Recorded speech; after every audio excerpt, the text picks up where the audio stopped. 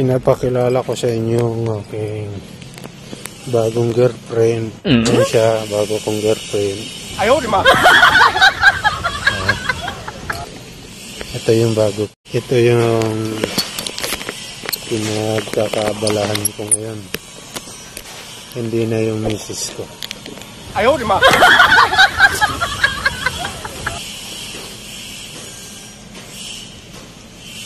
Kaya sorry na lang sa mga ano dyan, mga single mom. Ayaw, di ba?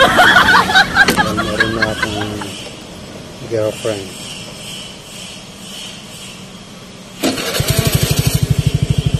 Lahat.